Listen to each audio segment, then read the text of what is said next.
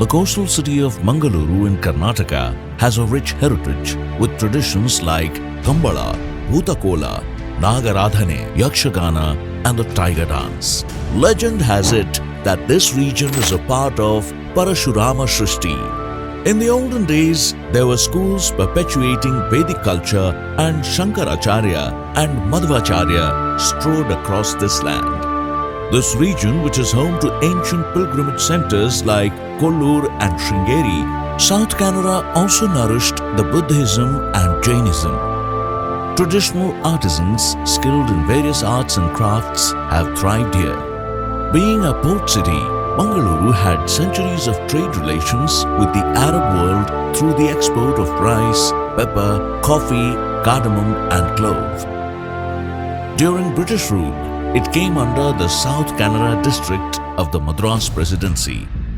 Due to its vast trade connections and also because it passed under various rulers such as the Vijayanagara Empire, the Keladi Kings, Rani Abakka, the Portuguese, Hyder Ali, Tipu Sultan and the British, the region fostered a multicultural environment. By the 19th century, the region emerged as the cradle of education and banking, having given birth to 22 banks. In 1924, an important development took place. The Swadeshi movement gained momentum under Mahatma Gandhi. There was boycott of foreign goods and an emphasis on self-reliance. The passion for freedom was taking root. Parallel to this was the Karnataka Ekikarana movement. This was a robust mass movement for the unification of Kannada-speaking areas in the Carnatic region and the creation of a Kannadiga identity. Dr. Udupi Ramarao, a member of the Madras Legislative Assembly from Udupi, took great interest in this movement. He was also deeply motivated for the socio-economic upliftment of this region. Inspired by his ideas, a few like-minded people, including Sri V.R. Vyasaraya Achar, who were present during one of his social interactions, made the historic decision to establish a bank in this region to assist the common people. It would give financial assistance for agriculture, education, trade and rural development, and help every citizen irrespective of caste, creed or religion. Thus was born Karnataka Bank Limited, which was incorporated on February 18, 1924 with Sri V.R. Vyasaraya Achar as the founding chairman. Along with him, there were 8 more founding directors. It had a paid-up capital of Rs 11,580 and an authorized capital of Rs 5 lakh. The founders branch in Dongarakeri, Mangaluru opened on May 23rd. In the very first year, it made a handsome profit and declared a dividend of 8.25%, a tradition which the bank has continued year after year. The bank recorded sustained growth over the years. Its second branch opened in Madras in 1930 and the third in Udupi in 1934. In 1947, the first branch in Bangalore was opened on Kempegowda Road. By 1949, its silver jubilee year, the bank had 9 branches and a total deposits of Rs 55 lakh. The total business crossed 1 crore in 1953. True to its vision, Karnataka Bank aspired to serve all people. It was well ahead of its time and prioritized agricultural financing right from inception, much before the government identified it as a priority sector. In 1958, the doyen of the bank, Sri K. Suryanarayana Adiga, was appointed chairman. Under his leadership, the bank saw rapid expansion through mergers and acquisitions. Sringeri Sharda Bank Limited, with 4 branches, merged with Karnataka Bank in 1960. In 1964, the Chitaldurg Bank Limited, the first registered bank in Karnataka, was taken over. And in 1966, the Hubballi-based Bank of Karnataka with 14 branches was acquired. In 1971, the bank opened its first branch in Mumbai at Fort Bombay. In 1972, the bank opened its head office building at Kodial Bail, Mangaluru, and inaugurated by Sri T. A. Pai, Honorable Minister for Railways. The Golden Jubilee was celebrated in 1974 with a turnover of rupees 50 crore, 146 branches and 1,314 employees. In 1977, the bank embarked on corporatization and modern brand building. It approached Dr. Kota Shivarama Karanta, the doyen of Kannada literature and a Jnanapith awardee. He designed a logo that signifies the essence of the bank's founding philosophy of growth and prosperity. It comprises two intersecting triangles in the form of a star with a dot in the center. The upward triangle identifies with the masculine force or Shiva, while the downward triangle signifies the feminine force or Shakti. The dot stands for the union of both spirits, or in short, the family bond.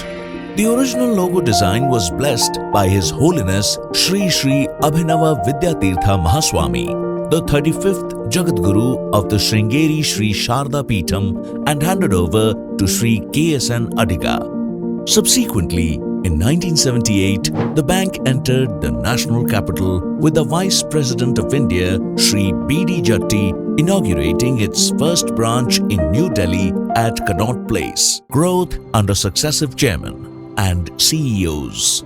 After Sri KSN Adiga retired, new leaders emerged to carry forward his vision and take the bank in dynamic new directions. Sri K.N. Basri became the third chairman in 1979. He was instrumental in greatly improving the internal systems and processes in the bank. In 1980, Sri P. Raghuram became the chairman. Having come from abroad, he infused a modern orientation. The bank celebrated its Diamond Jubilee and Abhyudaya House magazine was introduced. 250th branch was opened at Koramangala and the deposits crossed rupees 200 crore. In 1985, Sri P. Sundar Rao became chairman and the bank's business crossed rupees 500 crore. The Bombay Borivali branch was declared as the first model branch and the merchant banking division was started. After Sri H.M. Ramarao became the sixth chairman, turnover crossed rupees 1,000 crore and the bank was listed for the first time on the Mangaluru Stock Exchange. In 1994, Sri U.V. Bhatt became the seventh chairman and the total deposits crossed rupees 1,000 crore. The first overseas branch and the first industrial finance branch were opened. Sri M.S. Krishna Bhatt became the eighth chairman in 1995 and initiated the modern phase. The bank had its first public issue of equity shares. Despite the discouraging market conditions, the IPO got an overwhelming response and was oversubscribed, thanks to the efforts of the staff and the confidence of the customers and investors. The turnover crossed rupees 5,000 crore. During the Platinum Jubilee year in 1999, the bank inaugurated the KSN Adiga Smarak Bhavana in Mangaluru, which houses a branch, a regional office and staff quarters. The Founders' Day lecture was instituted for 18th February every year. Sri Ananta Krishna, who became the ninth chairman in 2000, gave impetus to technology. On October 2, 2000, the bank took the visionary step of unveiling Finacle, the new technology platform of Infosys Technologies. With this, Karnataka Bank became the pioneer among the first-generation private sector banks to bring all operations under core banking, and the process was completed in 2007. With expanding operations, the bank shifted its head office to a new building at Mahavira Circle, Mangaluru, with a built-up area of 1,25,000 square feet. It floated the Universal Sompo General Insurance Company Limited as a joint venture in 2009. In compliance with regulatory requirements, the bank restructured the apex leadership and created the post of Managing Director and CEO. Sri P. Jayaram Bhatt became the first appointee to this position, with Sri Ananta Krishna continuing as a part-time non-executive chairman. His tenure saw a quantum leap in growth. The bank introduced the KBL mobile banking solution, He launched Project Tejas for business process re-engineering and released the KBL Vision 2020 document with a vision to be a progressive, prosperous and well-governed bank. The bank's turnover crossed rupees 75,000 crore.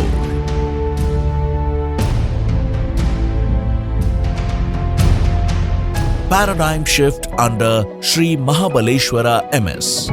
Sri Mahabaleshwara MS became the Managing Director and CEO in 2017, with Sri P. Jayarama Bhatt continuing as a part-time non-executive chairman until he was succeeded by Sri P. Pradeep Kumar in 2022.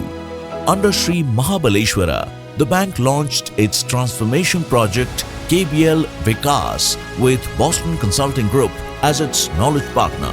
With this, the bank is poised to make a paradigm shift to 21st century banking. The bank's digital transactions reached a new high of 93.22%.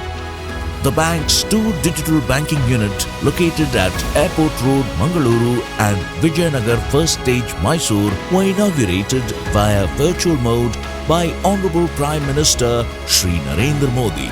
The bank won many awards.